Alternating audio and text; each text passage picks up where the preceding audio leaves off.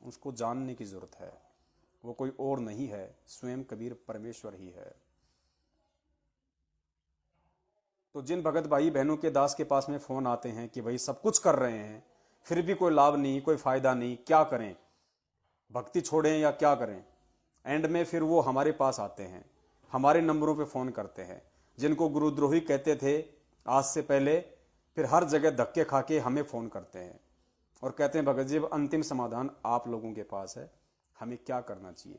फिर परमेश्वर उनको ज्ञान आधार से समझवाते हैं कि भैया तुमने ये किया इसलिए दुखी हो, तुमने ऐसी ऐसी गलतियां की नाम दीक्षा लेने के बाद इसलिए तुम दुखी हो। और परमेश्वर दया करें तो वो आत्माएं जो इस समय लाइव देख रही हैं और जो इस तरह की समस्याओं से जो ग्रसित हैं, जो नाम दीक्षा लेने के बाद भी इन फर्जी नामदान केंद्रों से और जो आज भक्ति करते करते भी दुखी हैं, उनके लिए अब ये वीडियो विशेष होगा, ज़्यादा लंबा नहीं चलेगा, मुश्किल से आधा घंटे का और लाइव होगा बस। तो ध्यान से सुनना और फिर एक गुरु जी का सत्संग भी आपको सुनाएंगे कि वर्तमान में आपको इन फर्जी नामदान केंद्रों को छोड़ के, इन फर्जी आश्रमों को छोड़ के किस प्रकार आपने घर बैठ के भक्ति करनी है। परमात्मा ने बहुत पहले ही हमें समझा दिया था, परमेश्वर ने बहुत पहले ही सत्संगों में बता दिया था कि मेरे सतलोक जाने के बाद, मेरे शरीर छोड़ने के बाद तुमने किसी आश्रमों में धक्के नहीं खाने, तुमने घर बैठ के भक्ति करनी है।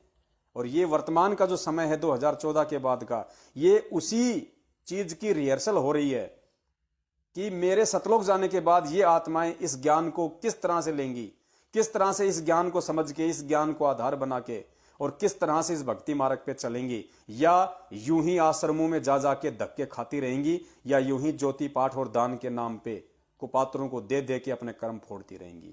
बहुत इंपॉर्टेंट वीडियो है, शायद आपने अभी तक नहीं सुना होगा, और सुना है तो शायद आपने उसके निष्कर्ष को नहीं जाना होगा। तो सबसे पहले मैं उन आत्माओं से निवेदन करता हूं जिन आत्माओं के दास के पास में ज्यादातर फोन आते हैं, सवाल आते हैं कि भगत जी सब कुछ करने के बाद भी, और 2020 से नाम लिया, कोई कहता है 2019 से नाम लिया, अभी तक भूत प्रेत बाधा ठीक नहीं हो रही, जबकि पूरे पूरे परिवार ने नाम दीक्षा ली हुई है, सब लोग भक्ति करते हैं, क्या करें भगत जी, हम तो एंड पे आ गए, भक्ति छोड़ें या क्या करें। तो काल तो यही चाहता है कि इन आत्माओं को सतगुरु से दूर कर दूं, इनको भक्ति से दूर कर दूं। ये लोग ये सोचें कि हम भक्ति भी कर रहे हैं, सब कुछ कर रहे हैं, फिर भी कोई लाभ नहीं, तो वो हमारे को वास्तविक जो निष्कर्ष है उससे हमारे को दूर रखता है, हमारे को भ्रमित रखता है।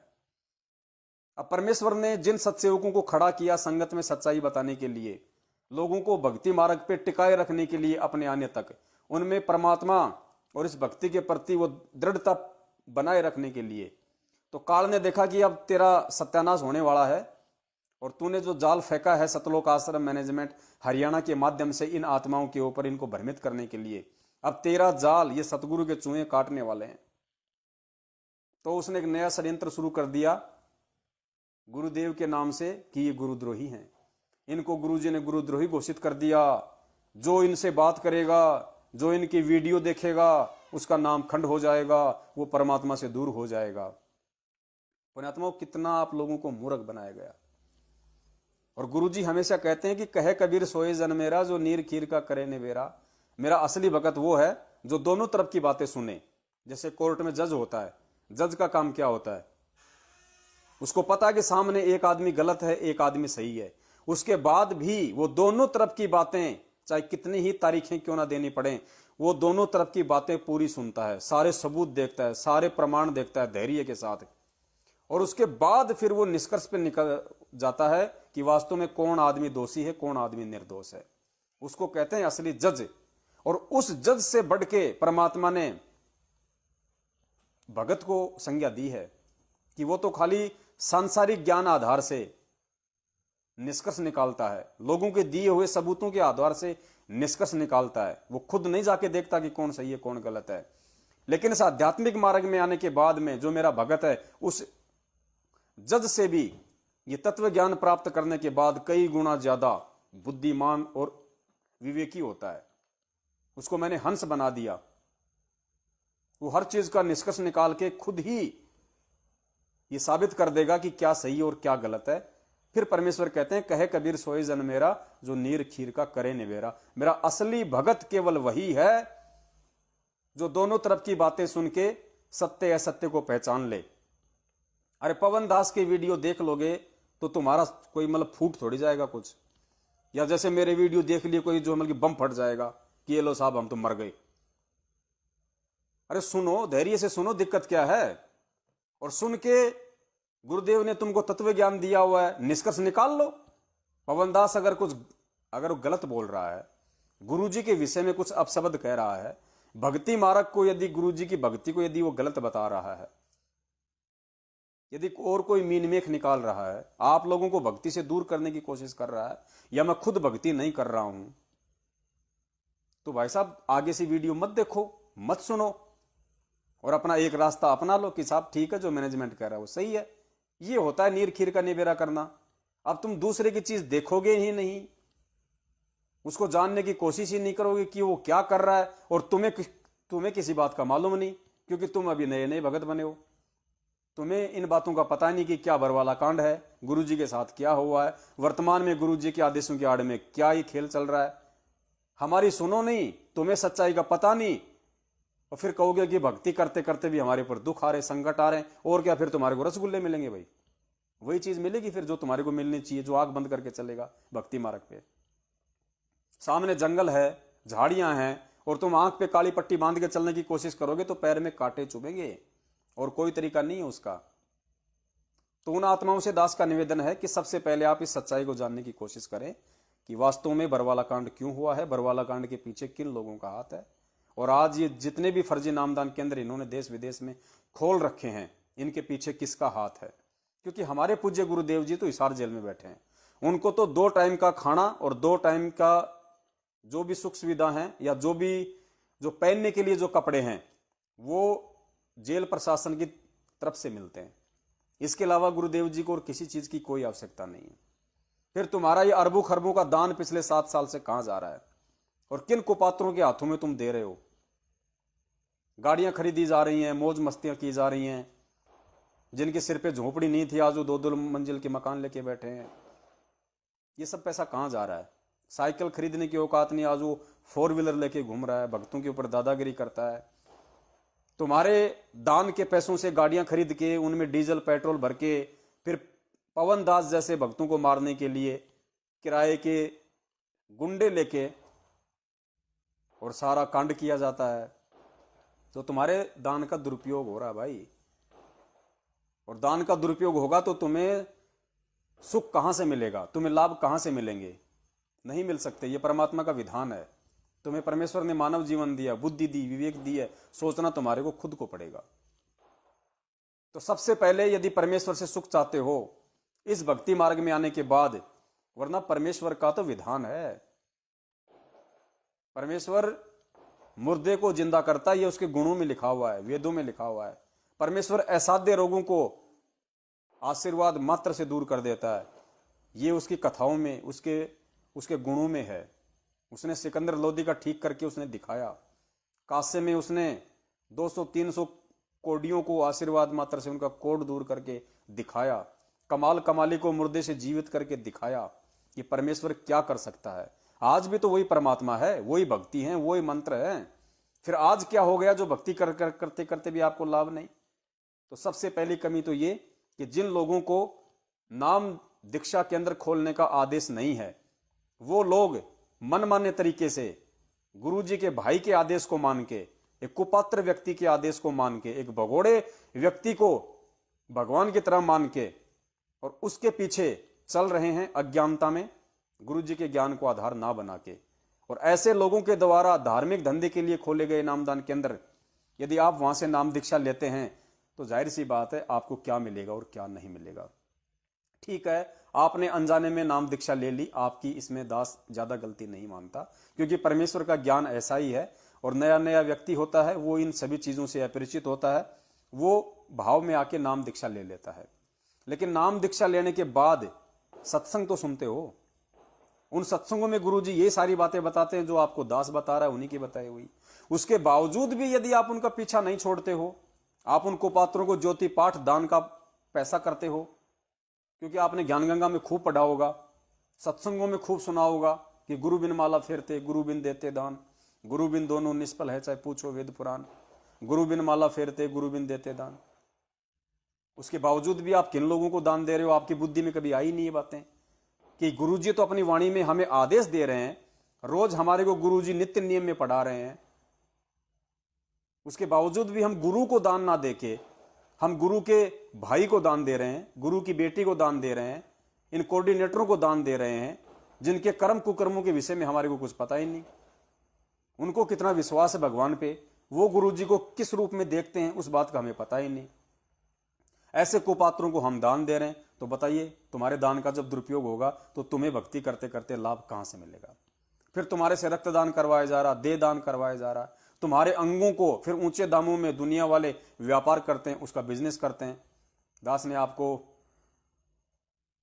एक वीडियो बना के उसके विषय में पिछली बार पूरा समझा दिया था कि किस प्रकार रक्तदान और देह दान करके काल आपको ठग रहा है, किस प्रकार से फिर आपके अंगों का व्यापार होगा, करोड़ों रुपये में देश विदेश में आपकी वो किडनियां बिकेंगी। वो किडनियां प्राप्त करके लोग नया जीवन लेके फिर शराब बीड़ी गुटखा मांस वही जीवन शुरू करेंगे आप लोगों की बदौलत। तो वहां भी काल आपको ठग रहा है, आपकी मर्यादाएं तोड़वा रहा है। फिर ज्योति पाठ का पैसा, अभी आपने गुरुदेव के मुख कमल से सुना कि इस पाठ प्रकाश को करने का अधिकारी वही है, वही व्यक्ति इस पाठ प्रकाश को कर सकता है और उसी महापुरुष की वाणी से आपको लाभ होगा जितना कि लिखने वाला महापुरुष होता है।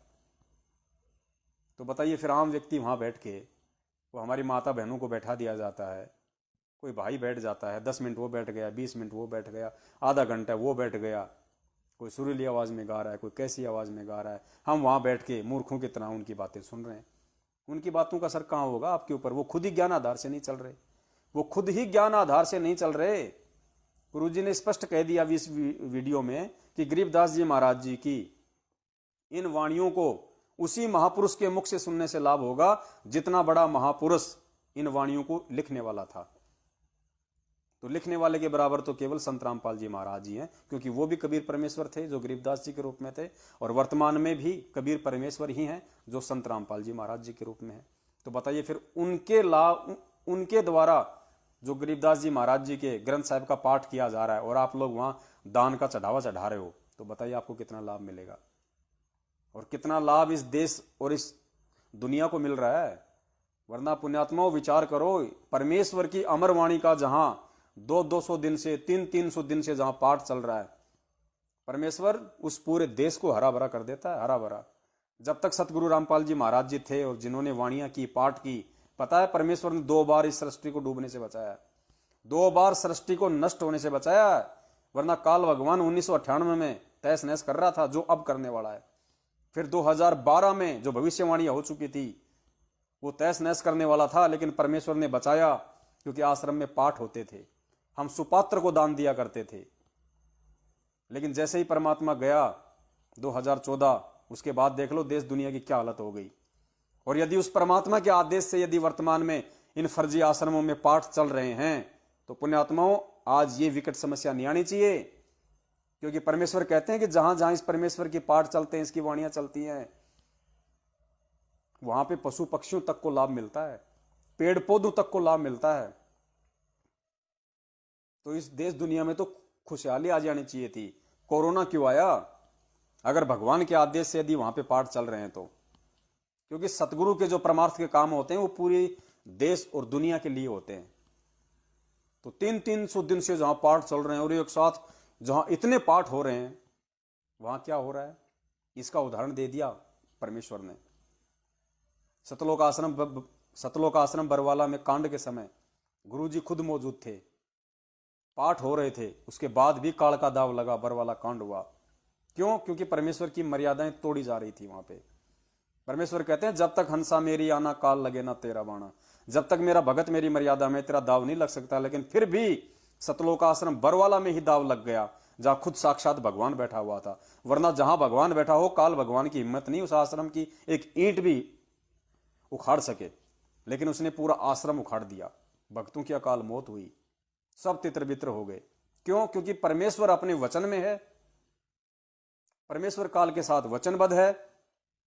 और परमेश्वर के जो परिवार वाले समझे जाते हैं, कलयुगी परिवार वाले, जो मैनेजमेंट वाले, उन्होंने परमेश्वर के उसी वचन की अवहेलना कर दी। उसने वचन को तोड़ा उन्होंने, गुरु को आम मानुष समझा, आम व्यक्ति समझा उन्होंने गुरु जी को। सारी मनमानियां की उन्होंने, आश्रम में उल्टे कर्म शुरू हो गए, माता बहनों के साथ में नंगे कुकर्म शुरू कर दिए थे इन लोगों ने, बहुत उल्टे कर्म, जिसका जिक्र खुद गुरु जी ने अपने बयानों में किया है। पुलिस वालों के पूछने पर गुरु जी ने कहा कि वो गंदे कर्म मैंने नहीं किए, वो सेवादार और समिति वालों ने किए, खुद गुरु जी ने बयान दिए। इसीलिए तो हम कह रहे हैं कि भैया गुरु जी के बयानों की कॉपी संगत में सार्वजनिक क्यों नहीं कर सकते? क्या हमारे गुरु जी ने कुछ गलत किया है? हमारे गुरु जी निर्दोष हैं, परमेश्वर हैं। वो जो अपने बयानों में बताएंगे सत्य बताएंगे, तो तुम गुरु जी के बयानों की कॉपी संगत में सार्वजनिक क्यों नहीं कर रहे? जबकि ये तो हमारा राइट है, हमारा अधिकार है। गुरु जी हमारे बाप, हमारे पिता हैं, हमें भी ये जानने का अधिकार है कि गुरु जी ने अपने बयानों में क्या कहा, गुरु जी ने किसको दोषी बताया। लेकिन आज 7 साल हो गई, एक भी बयान इन लोगों ने गुरु जी का संगत में सार्वजनिक नहीं किया। और ये संगत की सबसे बड़ी मूर्खता, निकम्मापन है ये संगत के भय को दर्शाता कि लोग सतलोक आश्रम मैनेजमेंट हरियाणा से किस कदर डरे हुए हैं, जो अपने गुरुदेव की बयानों की फोटो कॉपी तक नहीं मांग सके और ना किसी को दी गई। क्यों? क्योंकि गुरुजी ने अपने बयानों में सतलोक आश्रम मैनेजमेंट हरियाणा को ही दोषी ठहरा रखा है। जब परमात्मा पूरी दुनिया के सामने अपने वीडियो में लाइव बोल सकते हैं, मीडिया के सामने, पूरी दुनिया के सामने उन्होंने कहा कि राष्ट्रीय समाज सेवा समिति मेरी नहीं है और ये जितने भी जो गुंडे खड़े थे मेरे नहीं है, और मुझे भी आश्रम में रोक के रखा था, बंधक बना के रखा हुआ था। स्पष्ट कहा परमेश्वर ने। तो बयानों में क्या कहेंगे? वही कहेंगे जो उन्होंने जाते जाते मीडिया को कहा वीडियो में। इसलिए अपनी पोल खुल जाने के डर से और धार्मिक धंधा बंद हो जाने के डर से सतलोक आश्रम मैनेजमेंट हरियाणा ने, गुरुजी के परिवार वालों ने आज तक 7 साल हो गई गुरुजी के बयानों की फोटो कॉपी संगत में नहीं डाली। और जिनको तुम बहुत बड़ा भगत मानते हो, पुरुषोत्तम सैनी, रामकुमार ढाका, बलजीत, इन सब के बयान आए अखबारों के माध्यम से। इन सब ने गुरुजी के खिलाफ बयान दिए कि रामपाल के कहने पे हमने कमांडो बनाए, रामपाल के कहने पे हमने पुलिस वालों को मारा पीटा। अपने बचाव के लिए गुरुजी को दोषी बनाया इन लोगों ने। और इन्हीं कुकर्मी व्यक्तियों के ये जगह जगह नामदान केंद्र खुले हुए आज, इन्हीं व्यक्तियों ने खोल रखे हैं। आज महेंद्र जैसे भगोड़े ने, जो सबसे बड़ा महाझूठा व्यक्ति बरवाला कांड के समय मीडिया को कह रहा कि संत रामपाल जी महाराज आश्रम के अंदर नहीं है, हमने स्वास्थ्य इलाज के लिए उनको बाहर भेज रखा है। इतना बड़ा झूठ। और वो रामकुमार ढाका, बलजीत, राजेंद्र भटगांव, ये क्या है? ये लोग, इन्होंने सारा ये षड्यंत्र रचा हुआ है और तुम इन्हीं की आज तुम इनकी गुलामी कर रहे हो। तो बताइए भाई साहब, लाभ होगा कहां से? जिन बातों से गुरु दुख पावे तिन बातों को दूर भगावे। जिन लोगों के कारण आज तुम्हारा गुरु दुखी है, परेशान है, देश और दुनिया में जो निंदा का पात्र बना हुआ है, बात बात पे लोग उनको गालियां निकाल देते हैं ये सोच के कि बरवाला कांड संत रामपाल जी की देन है, जबकि हकीकत कुछ और है। तो जब तुम उनके भगत होके और जब तुम सच्चाई की तहकीकात में नहीं जा रहे और जिसको सच्चाई का पता लग गया उसके बाद वो चुपचाप हाथों में चूड़ियां पहन के बैठा हुआ है, सच को सच कहने की हिम्मत नहीं कर रहा, फिर तुम्हारे भूत प्रेत कहां से निकलेंगे? तुम्हारे तो और आएंगे भूत प्रेत। अभी तुम्हारे घर में सुख कहां से होगा भैया? दुख ही आएंगे, संकट ही आएंगे, फिर तुम कोरोना से मरोगे। जो गुरु का नहीं है तो गुरु उसको क्यों बचाएगा? गुरु का वो है जो गुरु की तरह सत्य पे अडिग रहेगा, संघर्ष करेगा, सच को सच कहेगा, चाहे कोई मारे पीटे, चाहे जो मर्जी कहे, जो अपने गुरु के पच्चीनों पे चलेगा। फिर उसका कोरोना क्या बिगाड़ लेगा भाई? कोरोना उससे कोसों दूर रहेगा। जिस प्रकार परमात्मा आए दिन वीडियो पोस्टर बनवा बनवा के डाल रहे हैं कि उस परमपिता परमेश्वर का दिया हुआ फॉर्मूला सत्सेवकों के पास है। एक बार मौका तो दे ये अंधी सरकार। 16 दिन में कोरोना हिंदुस्तान की सीमाओं से गायब। 17वें दिन अगर हिंदुस्तान में एक भी कोरोना का पेशेंट अगर रहा, किसी भी चौराहे पे जिंदा गड़वा देना, 1000 रुपए के स्टाम्प पेपर पे एफिडेविट लिख के देंगे। लेकिन काल मौका नहीं देगा सरकार को, क्योंकि काल को पता है, वो भी अपने स्तर का अंतर्यामी है, उसको पता है कि हां इनके पास में वो फॉर्मूला है। ये समस्या को ये लोग टाल सकते हैं अपने गुरु के आशीर्वाद से, और वो चाहता नहीं कि समस्या टले। और ये जितने भी नेता, मंत्री, प्रधानमंत्री, ये सब उस काल के अधीन है। लेकिन कब तक समय आएगा? हमें पता है कि आज ये हमारी बातों को नहीं सुनने वाले, लेकिन संदेशा देना हमारा फर्ज है।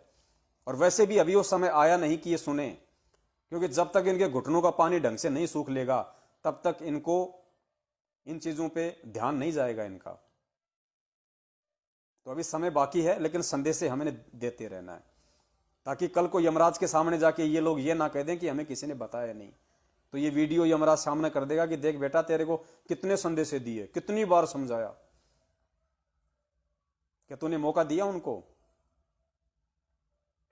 तो पुण्यात्माओं, उन भगत भाई बहनों से दास का निवेदन है, प्रार्थना है, अगर आपने वास्तव में परमात्मा से लाभ लेना है, परमेश्वर की भक्ति करते करते अगर सुख शांति चाहिए, आपने मन में अगर शांति चाहिए, आत्मा में शांति चाहिए, स्थिरता चाहिए कि वास्तव में हम भक्ति कर रहे हैं, आपको यदि उस चीज का एहसास चाहिए कि आप सतगुरु की शरण में हैं और गुरु जी आपके ऊपर मेहरबान हैं, तो जिन जिन भगत भाई बहनों ने सन 2014 के बाद से इन फर्जी नामदान केंद्रों से नाम दीक्षा ली है, देश विदेश में कहीं भी, और जिन जिन भगत भाई बहनों ने अनजाने में इनको पात्रों को ज्योति पाठ दान का पैसा दे दिया है जो इनके फर्जी नामदान केंद्रों पे जाते हैं, जो इनके फर्जी आश्रमों में जाते हैं, उन्होंने एक चीज अब गांठ बांध लेनी है। सबसे पहले तो आप जी ने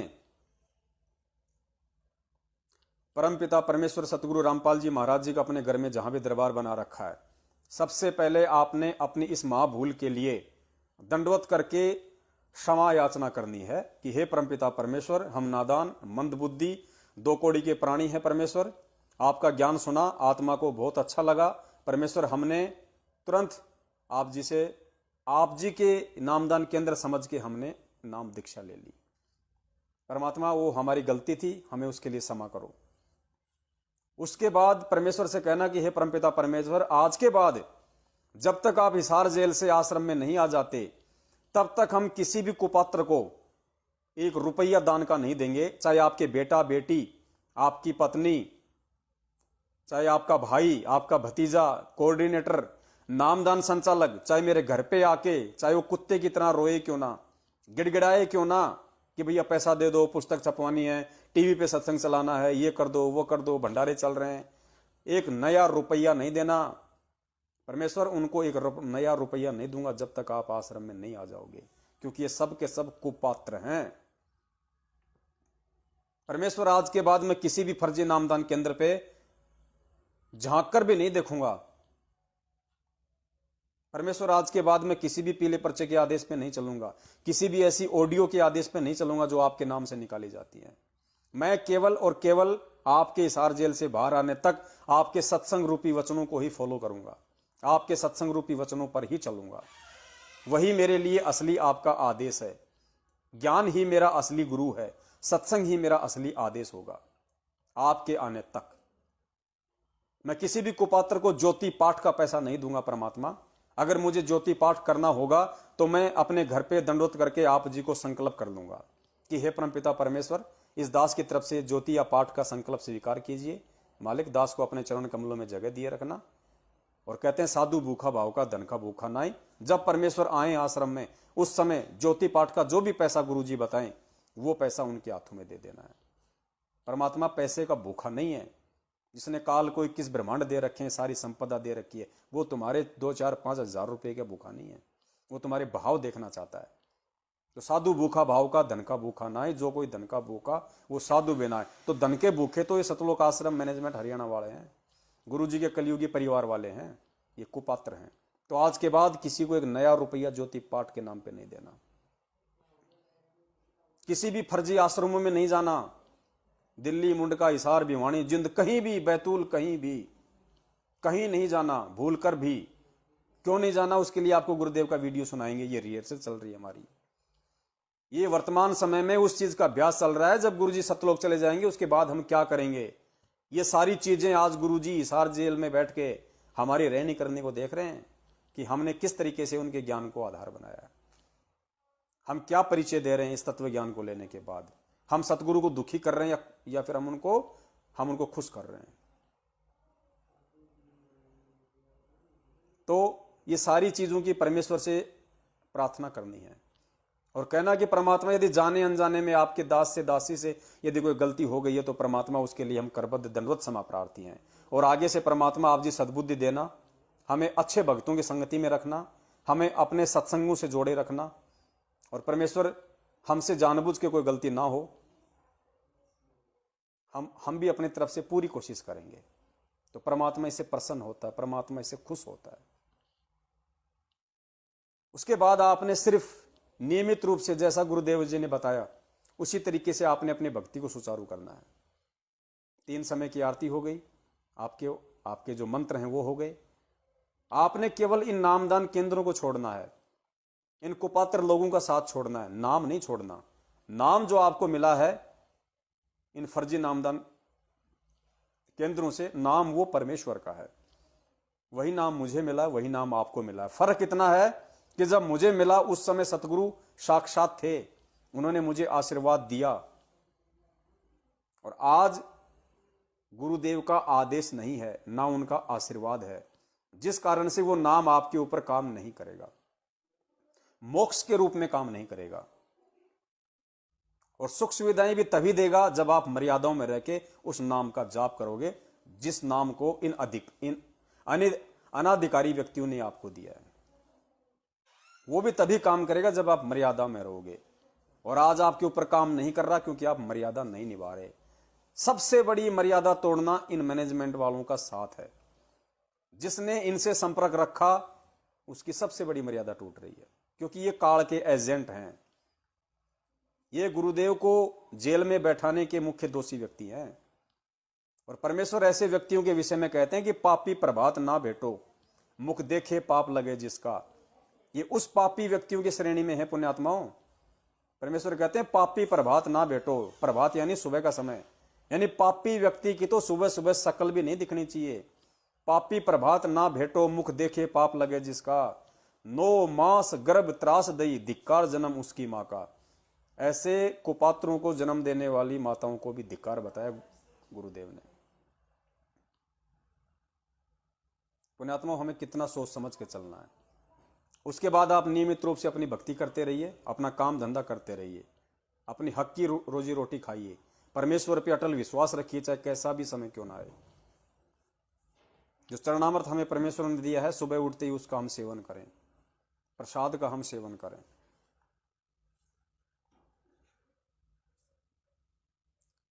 फिर देखिए आपको लाभ होगा क्यों नहीं।